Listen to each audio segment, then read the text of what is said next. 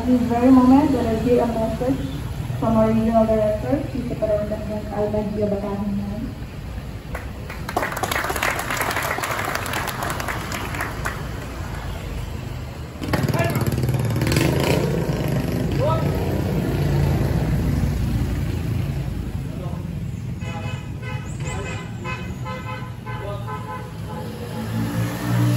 To the Assistant Legal Director for Administration, the Superintendent Ratunin, the Original Staff, the Superintendent Tabo, all Division Chiefs, Section Chiefs, officers and non-officers, non-uniform personnel, good morning. How are you today? The five, kalagitnaan ng mainit na panahon, ayaw hindi natin isama ating mainit na damdamin. First thing first, na hindi pwede isama ang mainit na damdamin.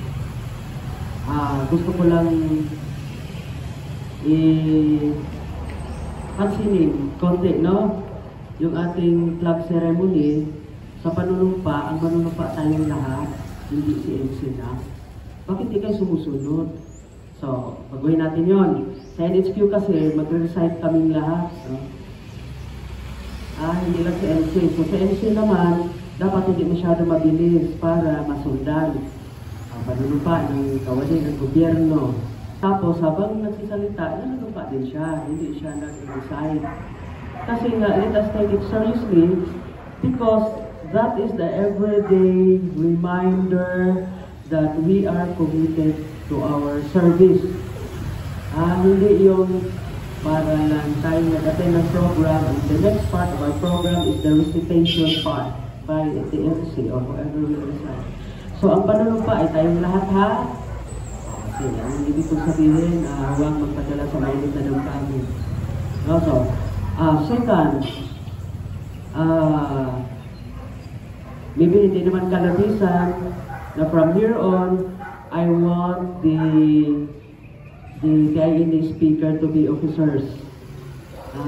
From the regional command group down to provincial fire marshal and to CFM, NFM, division chief, section chief. As much as possible, NFM ang pinakamababa ang ranggo na magsalita dito. Baka kasi masanay ako sa mga lower rank, sila na lang pakikinggan ko, malas kayo, mga officers. Yeah? So will be, because at the end of the time, parang when we are training, ito yung yung commander's time. Ito lang yung time na magkaroon tayo ng guidance from our senior officers, our superiors, our mentors. Now we will not be taking, please do not take offense, maraming mga FO1 magagaling yung pero there will be time for you to shine. So, but then, yung pinaka-essence talaga of the INA speakership is that we'll be getting guidance from our senior officer and superiors. No? So, experience-wise, we have the authority and the kumbaga, meron silang voice, no, to say something. May it be guidance, or may it be correction, may it be observation, lalo na yung mga inspirational messages. So, maganda pag naririnig natin sa senior officers because we will know the direction of his leadership. No? So, I hope that will be adjusted. So, my request is that ang pinakamababa should be Section Chief and Municipal Fire Marshal. Last week, we were there at the command conference together with PFM and DFM, together with PFPL HQ leadership, and that was a very fruitful engagement. Para move on na tayo sa next phase ng ating development, no? Kung ano ang i-advise sa PFP, nandun na tayo sa next phase. Hindi na tayo dito sa napamana natin ng mga problema. As an obligation, we will do our part. No, as BFP public safety provider, we will do our part. At your level, yun yung pwede nating i-search siguro, i-search out kung anong capacity makatulong kayo sa BFP Regional Command. So we will welcome that. Isa pa pala, hindi ko nakalimutan, pangatlong ko dito, pansin. Yung mga, siguro wala dito, yung mga overweight, region-wide. Siguro, trabaho ni admin dito, no? Region-wide, Doc, tulungan mo kami dito. Let us have a program. Gusto ko lang din masing-masingin ang sarili ko kasi I think nakala ako sa overweight. Let us have a program na mapansin natin ito. And of course, yung hindi naman overweight, pwede rin mag-join. Not necessarily jogging and 4x10, 4x50. Not necessarily, we can have uniform of sessions na. Zumba, walking, something like that. So, gusto ko lang makakita ng program.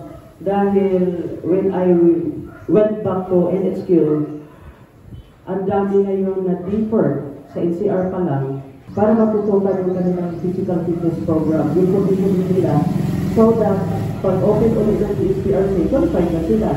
Napaka-clear na portion yung ma-defer sa schooling, sa training. So lahat ng ma-defer dito, i-assign natin sa regional office. You should be given an administrative charge because that is clear violation of a local order. Diba subordination yan or violation to a local order, which is mandatory. And second caution, second disqualification sa schooling, that comes sa separation from the service, lalo na pag ipuuwan kayo. Pero we will help them. Hindi kasi pwede yung, mag-diet ako ngayon, maya, masarap talaga na gula, masarap. Mahirap mag-discipline sa sarili. Kaya let us help our peers, our friends, our classmates na tulungan natin ito in a form of a command activity, a command program. No, kahit informal man ito, or wala tayo dito, but let us do it there are many ways kasi to kill a cat way. You can make it the hard way, or you can make it the easy way and funny way. So, doon tayo sa easy way, para hindi naman tayo gumagapang sa hirap. No, so I hope sa mga sinasabi ko, there will be a commensurate action na makikita natin in the next days. So yun lang siguro ang aking observation for today. Thank you very much. Thank you for attending today and good morning.